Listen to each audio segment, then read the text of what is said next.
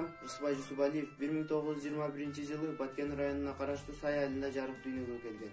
Үй шартына байланыштуу 13 жашында мектепке барып, кыска мөөнөт ичинде класстан класска которулуп, райондогу Кара Токой мектебин ийгиликтүү бүтүргөн.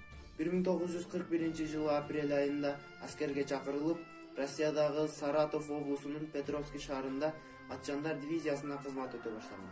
Арадан 2 ай өткөн соң улуу ата мекендик согуш башталып, согушка аттанып кеткен.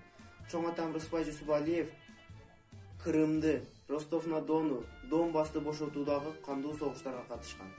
Тайманбас эрдиктери үчүн Кызыл Жылдыз ордени, 3 даражадагы Даңк ордени жана ушул сыяктуу көптөгөн күчүрмөн медалдар менен сыйланган. Чоң атам өз айылына 1947 жылы кайтып келген. Чоң энем экөө 3 уул 2 кызды татыктуу тарбиялашкан. Чоң атам 2012 жылы 93 жашында